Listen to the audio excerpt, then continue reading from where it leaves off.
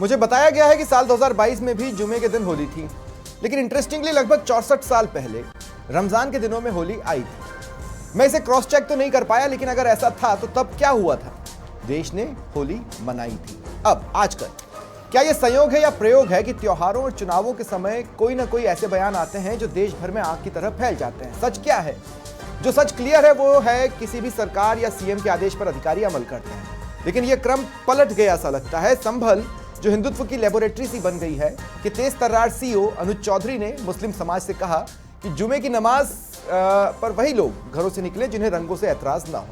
इस बयान ने एक एजेंडा तो सेट किया जो सत्ताधारी दल की ओर जाता है, उन्हें भाता है। सीएम योगी ने सीईओ के बयान का समर्थन कर दिया। अभी जो बात यूपी में हुई वो बहती हुई बिहार पहुंच गई।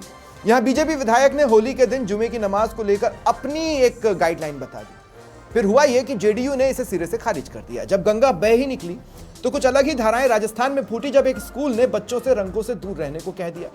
सवाल बस इतना है कि क्या कोई भी त्योहार ऐसे बयानों के साए में ही मनाने पड़ेंगे? ऐसा क्यों होता है और क्या है समाजवाद? आज इसी पर चर्चा। नमस्कार, स्वागत है आप सभी का। आपके साथ मैं हूं स्वप्निल। मेरे साथ जो गेस्ट जुड़ रहे हैं आपको इंट्रोड्यूस करवा देता हूं। बीजेपी प्रवक्ता नवीन शर्मा मेरे साथ हैं, पौरुष भारद्वाज कांग्रेस प्रवक्ता हैं, मोहसिन रशीद टोंक प्रभारी हैं राजस्थान मुस्लिम अलायंस के, और एकलव्य सिंह राजनीतिक विश्लेषक। आप सभी का स्वागत है समाचार प्लस पर। पौरुष भारद्वाज, आपसे चालू कर रहा हूं मैं। पौरुष भारद्वाज, 64 साल पहले रमजान में होली मनी, उसके बाद से आज तक क्या बदला? ऐसा जब अधिकतर समय आप ही रहे तो ऐसा क्या बदला कि इस तरह के सिनेरियो उसमें त्योहार मन रहे हैं, चाहे जो भी हो? मतलब हम रामनवमी के अवसर पर निकलने वाले जुलूस की बात कर लें या हम बकर ईद की बात कर लें, एक धड़ा उठ के ये बोलता है कि बकरे क्यों काटे जा रहे हैं, या हम जो भी कर लें, इसी तरह की चीजों के बीच त्योहार क्यों मन रहे हैं?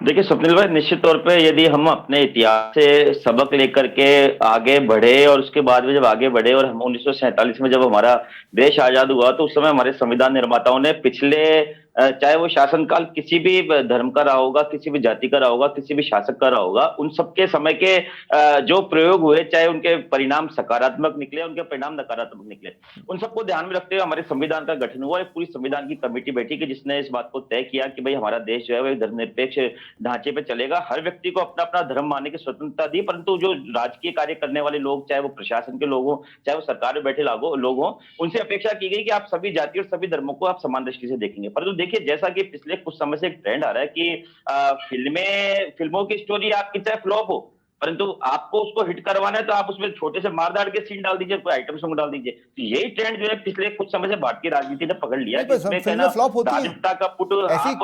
दादा एक बात बताऊं, 1% फिल्में हिट होती हैं, 2% होती होंगी। नहीं देखिए सुप्रीम, मैं आपसे इस बात को, ये तो आप मेगा हिट बता रहे हैं। मेगा हिट की कंडीशन क्यों बनी? मेरा सवाल तो ये है। नहीं, बिल्कुल निश्चित तौर पे मैं आपसे इसी बात को कह रहा हूं कि देखिए, सेम कंडीशन जो राजनीति में बन करके आई वो ये बन के आई कि भाई राजनीति में अगर आपको विकास नाम की लंबी तपस्या नहीं करनी, जनता से आपको टच में नहीं रहना, जनता के मध्य में रहकर आपको तपस्या नहीं करनी, तो चुनाव जीतने का छोटा सा फॉर्मूला है। इन 64 सालों में पौरुष भारद्वाज, 2 मिनट, इन 64 सालों में आप ही के शासनकाल के दौरान हम राम मंदिर को लेकर एक बड़ा आंदोलन देखते हैं और उसके बाद से हम बहुत सी चीजों को देखते चले जाते हैं। कहने का मतलब यह है कि कहीं ऐसा तो नहीं कि जड़ में कांग्रेस जिम्मेदार रही हो आज जिस तरह के हालात हैं उसके?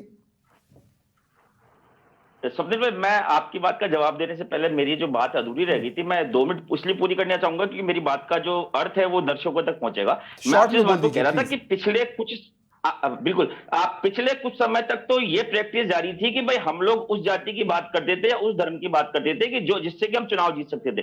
परंतु पिछले 10-15 सालों में वो ट्रेंड आ गया कि आप जिस जाति के या धर्म के वोट लेने आप उसकी बात मत कीजिए, आप उसके सामने जो छोटी जाति या छोटे धर्म खड़े हैं आप उसको गाली बकिए, आप उसको चिढ़ाने की बात कीजिए, आप जो है मानसिक संतुष्टि उन लोगों की कीजिए कि जो, या फिर आप उनमें नफरत पैदा उन लोगों के प्रति कीजिए ताकि उससे आपको ताकि वोट खींच करके आए। देखिए, मैं आपसे इस बात को कहना चाहूंगा कि राजनेता जो होते हैं वो सरकार के अंग होने के साथ साथ वो नेता भी होते हैं। मेरी जो जितनी राजनीतिक समझ है मैं इस बात को मानता हूं कि प्रशासन का संविधान में 100% विश्वास होना चाहिए और राजनीतिक लोगों का भी 100% विश्वास होना चाहिए। परंतु राजनीतिक लोगों को ठीक है। 1% हम छूट ये कह दे सकते हैं कि उनको वोट चाहिए, ठीक लेकिन है। यहाँ पे उल्टी गंगा बह रही है। उल्टी गंगा प्रशासनिक कैसे है? अधिकारी इस तरह की हरकत कर रहा है, इस तरह के बयान दे रहा है और सीएम उसका समर्थन कर रहे हैं, जबकि होना यह चाहिए था कि सीएम को उसको स्टिल दंडित करना चाहिए था, तुरंत लाइन हाजिर करना चाहिए था, उसको कहना चाहिए था ठीक है, भैया तू ठीक है। अधिकारी है, तू अपनी औकात में रहे, बस संविधान बस के बस पास पॉरेश भाई रहे। प्लीज, पॉरेश भाई राजनीतिक तौर प्लीज, पे भारतीय पॉरेश भाई जाति की प्लीज, या पॉरेश भाई मेरी बात बीजेपी सुनिए, या समाजवादी मेरी बात पार्टी सुनिए। बीजेपी की क्या मैं क्या कोशिश कर रहा हूं आज एक बहुत सभ्य डिबेट रखने की। हम ये कुछ जी। शब्दों से हम अपने आप को रिफ्रेम करें, वो मेरी बस आपसे यही रिक्वेस्ट है, क्योंकि सीरियस इशू है। मैं एकलव्य को इस डिबेट में ला रहा हूं। एकलव्य, आइडियल कंडीशन क्या होती? आइडियली अगर कोई घर से निकले तो संवैधानिक हक के हिसाब से वो तंग न किया जाए, आस्था के विपरीत उसके साथ कुछ ना हो, अनर्थ तो बिल्कुल ना हो। ये जिम्मेदारी उठाने वालों ने कहा कि 52 जुमा एक होली। देखिए स्वप्निल जी, एक चीज़ बड़ा समझना ज़रूरी है। देखिए आप जैसे हमारा जयपुर ही है, अगर आप जयपुर में देखेंगे तो हर बुधवार को जिस तरह की भीड़ मोती डोंगरी में होती है, या आप अगर शनिवार की बात कर लें तो जो काले हनुमान जी के यहाँ पे जो भीड़ होती है, परंतु मैं समझता हूँ कि जो सनातन धर्म के जो लोग हैं उनमें कहीं भी इस तरह का कोई माहौल नहीं बनता कि, जबकि आप देखेंगे कि जो काले हनुमान जी का जो एरिया है वो एक मुस्लिम बहुल्य एरिया ही है, परंतु वहाँ पे इस तरह का कोई माहौल क्रिएट नहीं करा जाता कि भाई आज ये तो हमारा दिन है, यहाँ और कुछ नहीं होगा, बस हम जो करेंगे वही करेंगे, आज हमारा यहाँ पे कब्जा है इस एरिया में। परंतु क्या होता है कि जो आपने सीओ का जो स्टेटमेंट सुना, जो उन्होंने स्टेटमेंट दिया, उन्होंने देखिए पिछले कई वर्षों से जो एक माहौल बन जाता है फ्राइडे के दिन पे, तो उस ही के संदर्भ में देखिए प्रशासन के लिए क्या जरूरी है। मेरा काउंटर नहीं, एक मैं आपको एक पॉइंट रख दूं एक सेंटेंस में कि प्रशासन का सिर्फ ये कर्तव्य नहीं होता कि जब सिचुएशन खराब हो जाए उसके बाद उस पर कमेंट करें। सिचुएशन खराब ना हो उसके लिए भी प्रशासन कई बार जनता को बताता है कि भाई आपको ऐसा ऐसा नहीं करना चाहिए। सिचुएशन खराब नहीं होने के अपन सिनेरियोस क्रिएट करते हैं।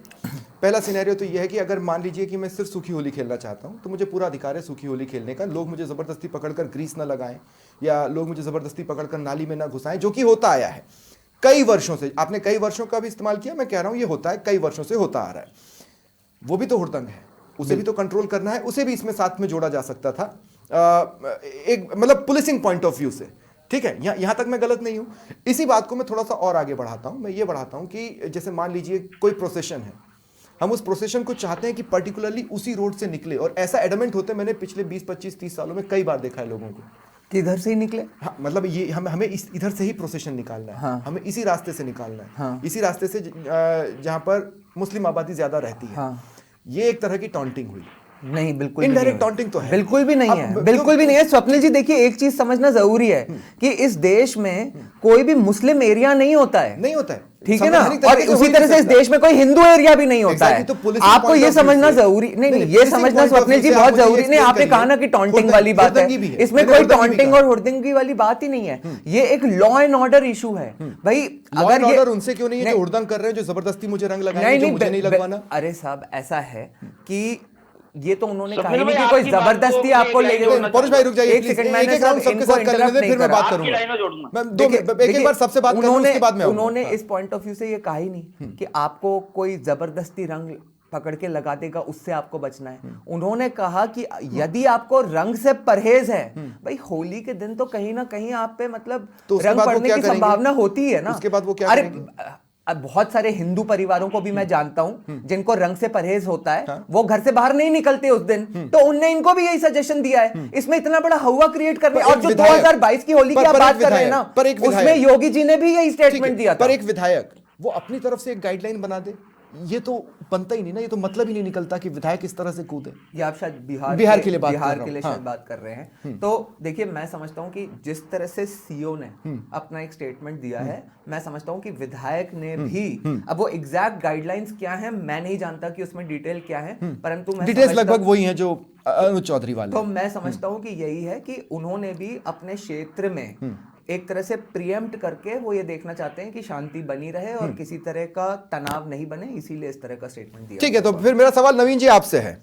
नवीन जी, आपसे सवाल ये है, ऐसे किसी भी गाइडलाइन पर या ऐसी किसी भी सिचुएशन से जेडीयू अपने आप को आपसे किनारा कर रही है। आज 3 ऐसे इश्यूज हैं जिस पर वो आपसे किनारा कर रही है, जैसे औरंगजेब, एक होली 52 जुमा और हिंदू राष्ट्र, इन सब पर वो आपसे किनारा कर रही है। क्यों कर रही है? वो तो आपके साथ है ना, वो तो आपकी चीज़ों को समझते हैं। Point number 1। पॉइंट नंबर 2 ये कि क्या बिहार में लंबे समय से देखा जाए, एक ब्रीफ पीरियड को छोड़ दें तो आप और जेडीयू ने मिलकर ही शासन चलाया है। यूपी में पिछले लंबे समय से आप ही हैं, नेशन में करीब 11 साल के आसपास हो रहे हैं, आप ही हैं। आप एक टॉलरेंट स्टेट और एक टॉलरेंट नेशन नहीं बना पाए जो इस तरह के सेंटेंसेस या इस तरह की बातें करनी पड़ रही है? देखिए स्वप्निल भाई, ऐसा हो सकता है आपको ये ऑब्जर्वेशन आ रहा हो कि जेडीयू किनारा कर रहा है इन चीजों से। मना कर रहा है जेडीयू ने, खुलकर खारिज किया है आपकी बात को, मतलब आपके विधायक की बात को, आपके विधायक की बात को खुलकर खारिज किया है जेडीयू ने। हाँ, तो कोई वैचारिक मतभेद हो सकता है, लेकिन आप ये किनारा किया है, ये सेंटेंस के लिए अप्रोप्रिएट नहीं है मेरे हिसाब से। तो खारिज कर दिया मान लीजिए, या इस बयान पर आपके साथ नहीं है, ऐसा समझ लीजिए। इस बयान पर आपके, हाँ, ये बिल्कुल परफेक्ट सेंटेंस हो सकता है कि इस बयान पर हो सकता है जेडीयू हमारे साथ नहीं हो, लेकिन ये नहीं कह सकते कि वो किनारा कर रहा है। किनारा करना एक अलग चीज है, और संभवतः ये संभावना रहती है कहीं ना कहीं किसी न किसी बिंदु पर आकर एक गठबंधन में किसी एक बिंदु पर आकर कहीं सहमति नहीं बन पाती, उसको किनारा करने से नहीं जोड़ा जा सकता। ठीक है। पॉइंट नंबर 2 जो मैंने आपसे पूछा कि इतने लंबे समय में बिहार हो, यूपी हो, अब तो मैं राजस्थान भी कहूंगा, राजस्थान के स्कूल में जिस तरह से कहा गया कि भाई आप बच्चे रंग लेकर ना आए, मैं राजस्थान को भी उसमें जोड़ूंगा।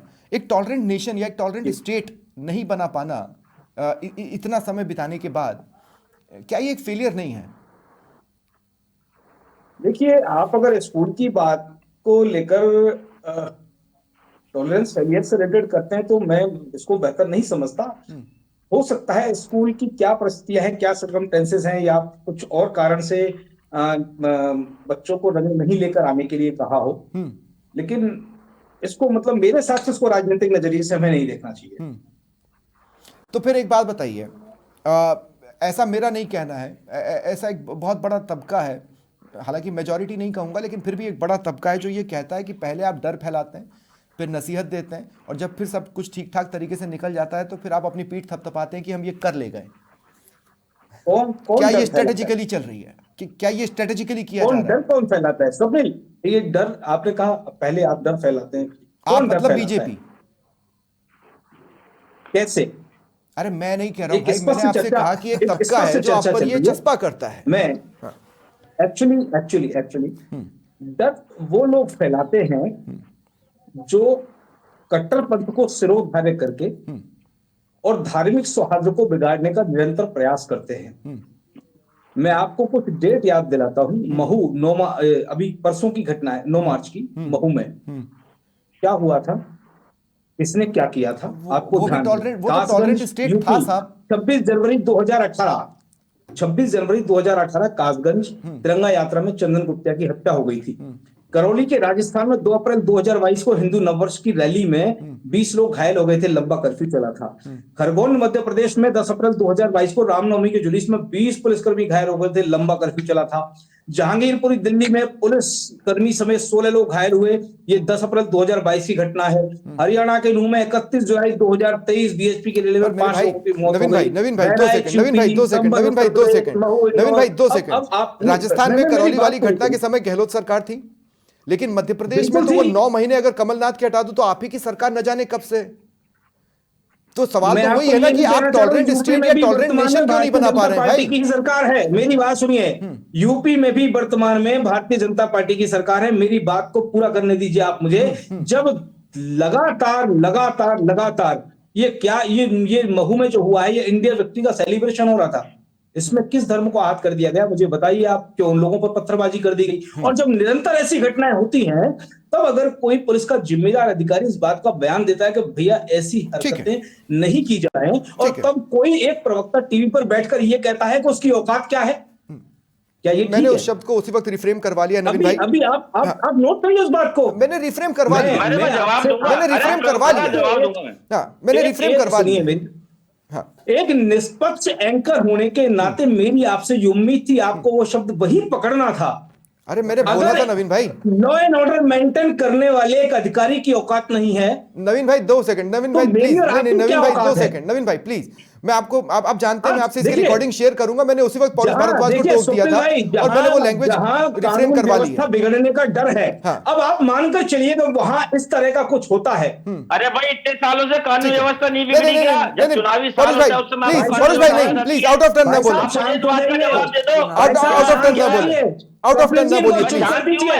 आप उनको बोलने की व्यक्तिगत तमीज रूप से बस ठीक है, बोल चुप कर नवीन जी दीजिए। 2 मिनट रुक जाइए तमीज प्लीज। आप में नहीं है, इनको तमीज आप आप में चुप नहीं कर है। अरे रुक जाइए, नहीं, नहीं, प्लीज। गलत बात। आप मुझे मुझ पे इनको व्यक्तिगत चुप कर टिप्पणी दीजिए। करेंगे तो मैं जवाब ठीक है, दूंगा। मैं रुकवा रहा हूँ, मैं दोनों को रुकवा रहा हूँ, मैं आप दोनों को रुकवा रहा हूँ। दो मिनट पॉलिश भारद्वाज, मैं रिक्वेस्ट कर रहा हूँ पॉलिश जी और नवीन जी, आप दोनों से आप 2 मिनट चुप हो जाए। आप टॉपिक पे चर्चा करते हैं। 2 मिनट, 2 मिनट, नहीं, 2 मिनट, 2 मिनट, परोश भाई प्लीज, परोश भाई रुक जाइए प्लीज, प्लीज, परोश भाई रुक जाइए प्लीज, नवीन जी 2 मिनट रुक जाइए। हाँ, नवीन जी प्लीज, आप भी रुक जाइए, नवीन जी, जाना पड़ेगा अगर आपने सेंटेंस नहीं बोला हुआ तो। नवीन जी, आपने ये कहा उस अधिकारी की क्या औकात है? नवीन जी आप 2 क्या मिनट, निश्चित तौर पे, अरे भाई, निश्चित तौर पे, प्लीज आप हाँ, डिबेट ठीक है, कराइए। ठीक है, नवीन भाई प्लीज, कराइए। परोश भारद्वाज आप रुक जाइए ना भाई, 2 मिनट रुक जाइए प्लीज, ऐसी भाषा में नहीं 2 बोल मिनट, सकते, 2 मिनट ना, धमकाने परोश भाई की प्लीज। भाषा में नहीं बोल सकते। अरे भाई अपराधी 2 को मिनट, धमका 2 मिनट सकते डिबेट हैं। आगे नहीं आप बढ़ा किसी- पाऊंगा आप क्या? किसी- आप एजेंडा सेट करने में लगे आप दोनों दल, ये 2 मिनट रुक मुख्यमंत्री जाइए जी का काम है, प्लीज। नेताओं का काम है ये। हाँ, परोश भाई प्लीज आपको चुप होना पड़ेगा प्लीज, एजेंडा सेट नहीं करना है, मेरे को डिबेट करने दीजिए। नवीन जी मैं आपको भी चुप करा रहा हूँ, नवीन जी आपको भी चुप होना पड़ेगा। मोहसिन रशीद टोक, हाँ बस बस हो गया, हो गया, हो गया, हो गया, हो गया, हो गया, हो गया, हो गया, हो गया, मैं भाईचारे की कोशिश कर रहा हूँ, प्लीज 2 मिनट रुक मैं तो जाइए। ये पूछना चाह रहा हूँ, नहीं, मैं भाईचारे की कोशिश कर रहा हूँ, बस यहाँ पर 2 मिनट रुक जाइए। भाईचारे की कोशिश ना कर मत कीजिए, आप दोनों चाहते हैं कि भाईचारा बना रहे, तो मैं भाईचारे की कोशिश कर रहा हूँ, प्लीज भाईचारा बना रहने दें। आप दोनों से इतना सही तो रिक्वेस्ट है, बस ठीक है टॉपिक पर ही प्लीज, हाँ टॉपिक पे ही रहेंगे बस। परोश भाई चुप हो जाइए यार प्लीज। परोश भाई, परोश भाई, परोश भाई रुक जाइए। हाँ बस बस बस हो गया, हो गया, हो गया, हो गया, हो गया, हो गया, हो गया, हो गया, हो गया, हो गया। देखिए मैं जो नहीं करवाना चाहता हूँ वो मुझे करवाने पर मजबूर मत कीजिए। मैं किसी को म्यूट नहीं करना चाहता हूँ, मैं किसी को म्यूट करना भी नहीं चाह रहा हूँ। प्लीज दोनों, आप दोनों चुप हो जाइए। मोहसिन रशीद टोक, मोहसिन रशीद टोक, मैं इस बात को भी समझना चाह रहा हूँ कि ये बात तो बिल्कुल फैक्ट है कि अभी भाई इंडिया जीता, चैंपियंस ट्रॉफी जीता, लोग जश्न मनाने सड़कों पर उतरे और पत्थर बरस गए, रामनवमी के जुलूस पर पत्थर बरस गए। इसके अलावा अगर हम देखते हैं एएमयू ने पहले तो ये बोला ही ना कि भाई हम होली मिलन नहीं होने देंगे अपने परिसर में। ऐसी बहुत सी चीज़ें हैं। ये क्या क्रॉस फायरिंग चल रही है, क्या हो रहा है ये आपके हिसाब से? नहीं, क्या क्रॉस फायरिंग चल रही है? आप जुलूस की बात कर रहे हैं, वहां पर पत्थर बरस गए, यूं ही बरस जाते हैं पत्थर, आसमान से बरस रहे हैं, कोई बात हुई नहीं, किसी ने कुछ पिन किया ही नहीं, कोई बदतमीजी हुई नहीं, पत्थर बरस गए। मुझे घटना की पूरी जानकारी नहीं है, लेकिन जानकारी पूरी आपको भी नहीं होगी कि वहां एक्चुअली हुआ क्या था। तो इस घटनाओं पे तो मैं कुछ कह नहीं सकता। हाँ, करौली की रिपोर्ट आपने पढ़ी होगी, बहुत सारी जगहों की आपने रिपोर्ट पढ़ी होगी। इन सारे मामलात में दो चीजें हमेशा मौजूद हैं, एक नारेबाजी, दूसरी रैली। तो इस पे मैं कुछ कह नहीं सकता, इस पे कोई तथ्यात्मक रिपोर्ट मेरे पास नहीं है जिसमें इन झगड़ों पे मैं कुछ कह सकूं। अच्छा, दो चीज और कॉमन, ठीक है, ठीक है स्वप्निल भाई, दो चीज और कॉमन, पत्थर और कट्टरपंथी। ठीक है, ठीक है, चलिए स्वप्निल जी मैं भी कुछ कहना चाहता हूँ। हाँ, नहीं मैं बस आ ही रहा हूँ, एक बार एक दो सवाल और, 2 मिनट, एक दो सवाल और मोहसिन रशीद टोक से ले लूं, उसके बाद मैं सबके पास आऊंगा। मोहसिन भाई आप मुझसे बात कीजिए। इसमें भी क्या टीप टीप के बोल रहे हैं? मोहसिन भाई मेरी 2 मिनट, अरे 2 मिनट रुक जाइए ना, 2 मिनट, नवीन भाई 2 मिनट रुक जाइए। बोले जा रहे हैं, मुझे आपकी आवाज नहीं आ रही। नवीन जी, पत्थर जमा क्यों नहीं होते? नवीन जी क्या कारण है कि अरे नवीन जी 2 मिनट रुकिए भाई, क्या कर रहे हैं आप यार? 2 मिनट रुकिए आप। मोहसिन भाई मेरी बात सुनिए, मेरी बात सुनिए। जैसे जम्मू कश्मीर में एक फैशन शो को लेकर मुस्लिम संगठनों ने आपत्ति उठाई, और ये हालिया घटना है, ये कोई पुरानी घटना नहीं जी है। मुझे लग रहा है कि हम संभल सीओ के बयान पे बात करने आए शायद। हम संभल के सीओ पे भी बात कर रहे हैं, हम बिहार में जिस तरह से विधायक ने बोला उस पर भी बात कर रहे हैं, राजस्थान में उस मुद्दे पे तो बात कर लीजिए पहले। और ये अरे भाई मैं ओवरऑल जोड़ रहा हूँ ना, मैं उसी मुद्दे पर बात करते हुए आया हूँ। मोहसिन भाई बात तो सुनिए। जैसे मैं ये कह रहा हूँ कि जम्मू कश्मीर में रमजान के दौरान फैशन शो पर बहुत से बड़े तबके को आपत्ति थी। अब मैं ये, हाँ, तो अब मैं ये कहना चाह रहा हूं कि जैसे होली को लेकर अगर किसी का पर्टिकुलर पॉइंट ऑफ व्यू है तो उसको उस तरीके से मनाने दिया जाए। अगर किसी को इसमें मुझे कोई बुराई नजर नहीं आ रही कि अगर किसी को कोई दिक्कत है, मान लीजिए, या किसी को रंग नहीं लगवाना है, हालांकि रंग बेचना है लेकिन रंग नहीं लगवाना है, तो वो घर में रहे। जैसे मैं भी, मुझे नहीं पसंद है, मैं नहीं निकलता उस दिन।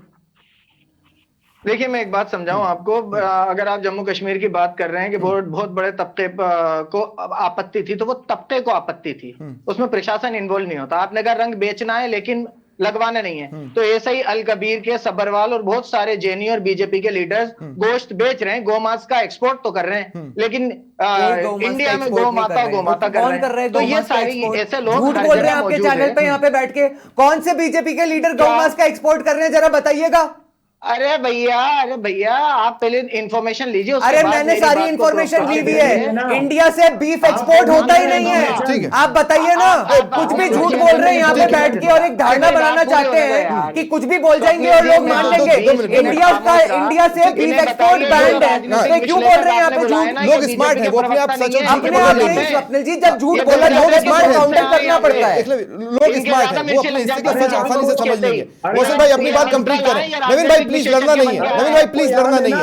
हाँ मोहसिन भाई अपनी बात कंप्लीट कर ले, फिर मैं आगे बढ़ूंगा। से पहले ये तय तो कर लीजिए, आपको तो पता है ना बीजेपी के कौन से लीडर हैं जो गौमांस की तस्करी कर रहे हैं, जरा नाम बता दीजिए ना। तस्करी शब्द आप अपने मन से ला रहे हैं। मतलब आपसे आपने नहीं, ठीक है। सेंटेंस बोला, उसको ठीक है, उसके ठीक है। बारे में आपसे पूछ ठीक है। लिया तो ये ठीक है, 2 मिनट। अब नहीं।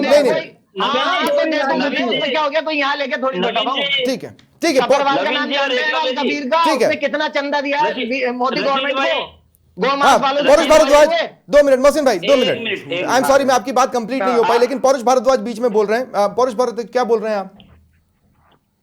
नहीं, मैं इस बात को बोल रहा हूँ कि रशीद भाई इस बात को कह रहे हैं कि भाई बीजेपी के नेता जो है वो गोमांस में के एक्सपोर्ट में इन्वॉल्व है।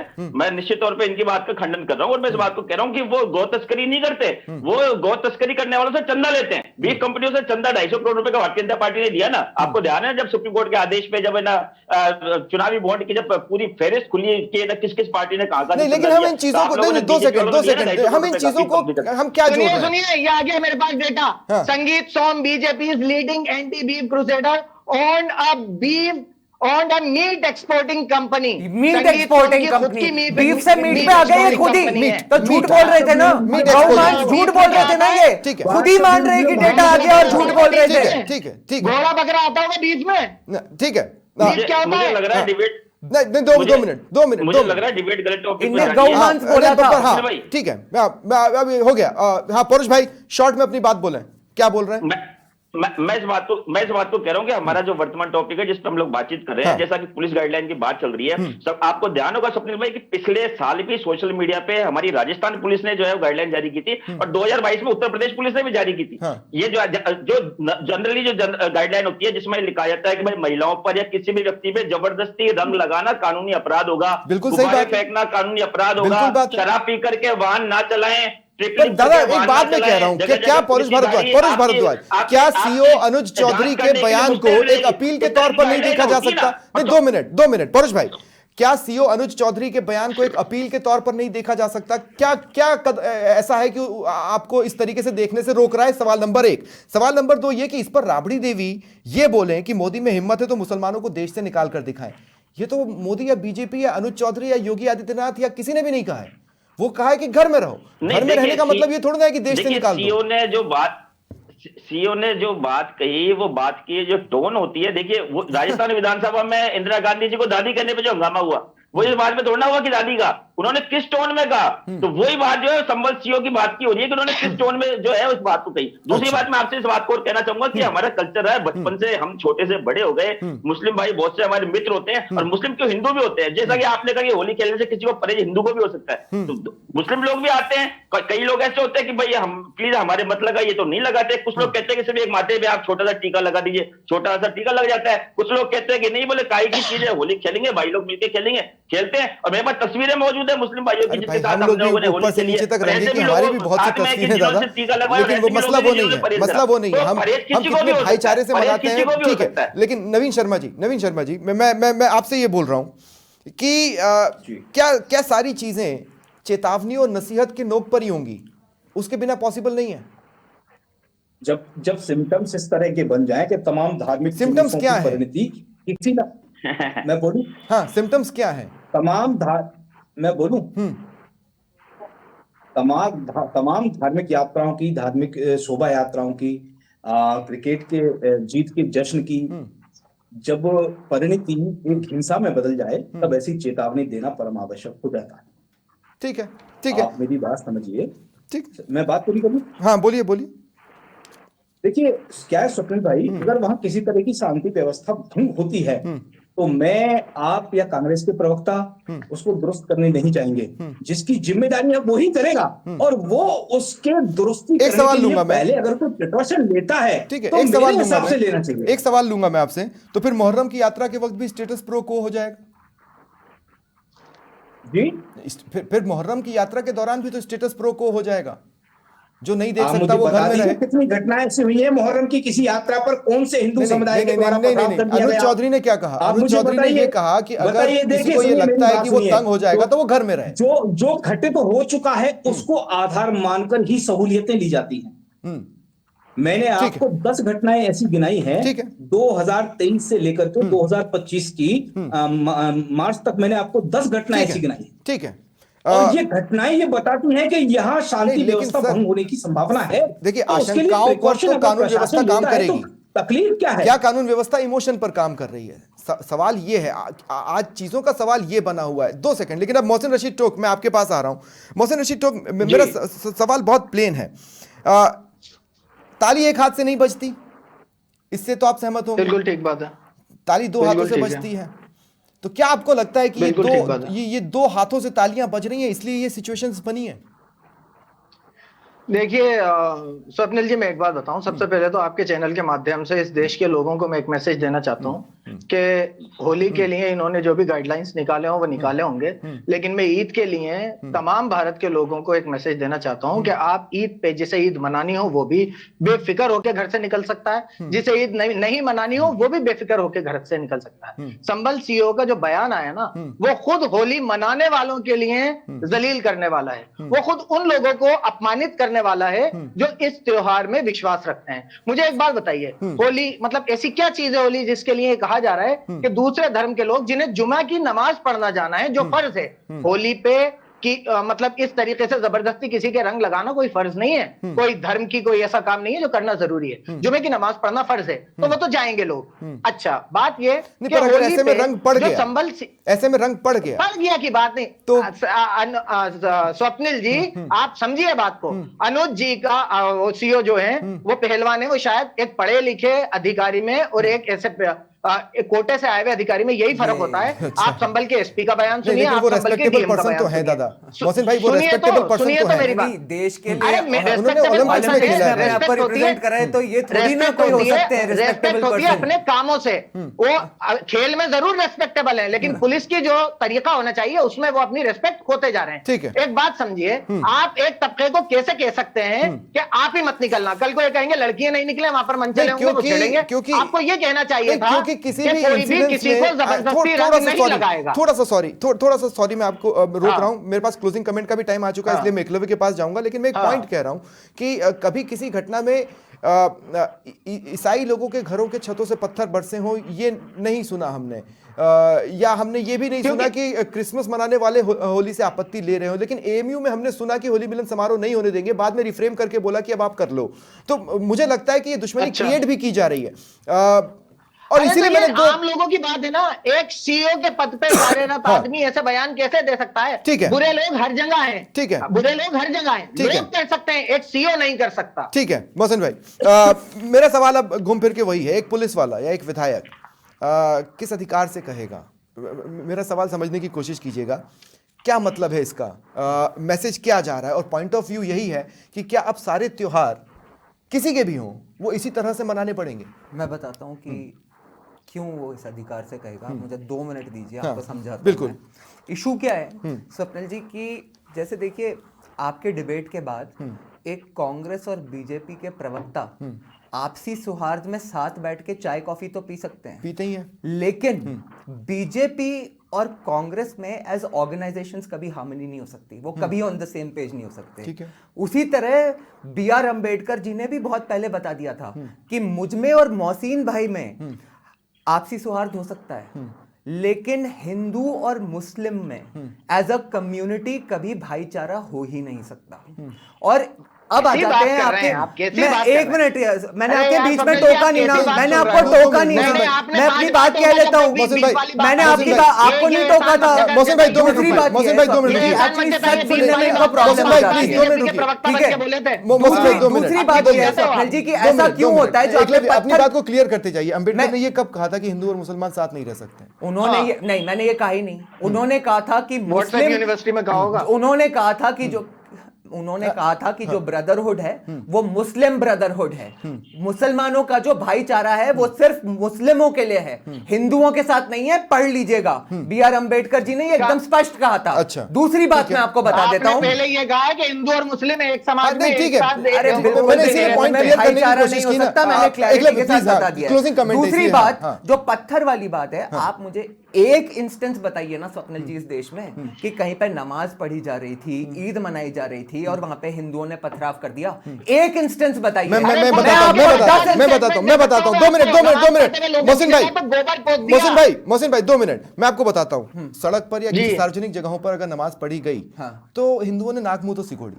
नाक मुंह से कोड़ी ना, सिकोड़ी। पथराव तो नहीं किया, कानून अरे को अपने गोबर हाथ में तो पोत नहीं दिया, लिया ना, अपने कोई क्या इबादत कहते की जगह पे हैं सड़क घूस छाप रख दिया। जस्टिस करने की कोशिश तो नहीं करी ना। स्वप्निल भाई, जस्ट हरियाणा और में- हिंदू हरियाणा में कम्युनिटी एक सीन आया था कि लॉ नमाज एंड पढ़ते ऑर्डर लोगों को को आके ट्रस्ट पुलिस के करती जवान है ने कि जो है भाई जबरदस्ती जो हटाया था। प्रशासन है, लॉ एंड ऑर्डर उसकी चिल्लाएंगे जिम्मेदारी चिल्लाएंगे नहीं, है। तो जो please। सीओ है उसको नहीं एम्पावर बोलते कर रही है रहता कि है। भाई वो स्टैब्लिश करे लॉ एंड ऑर्डर। इसमें गलत कहां है? क्या वो करे, वो भी हाथ मतलब पत्थर उठा के फेंकने लगे क्या इनके ऊपर? नहीं करती अगर हिंदू ऐसे कम्युनिटी, राजनीतिक उनका विश्लेषण कैरेक्टर भले नहीं ही ठीक है। है, होगा। ठीक है, ठीक है। दोनों बीजेपी के ठीक है, प्रवक्ता ही बुला लिया ठीक है, करिए। ठीक है।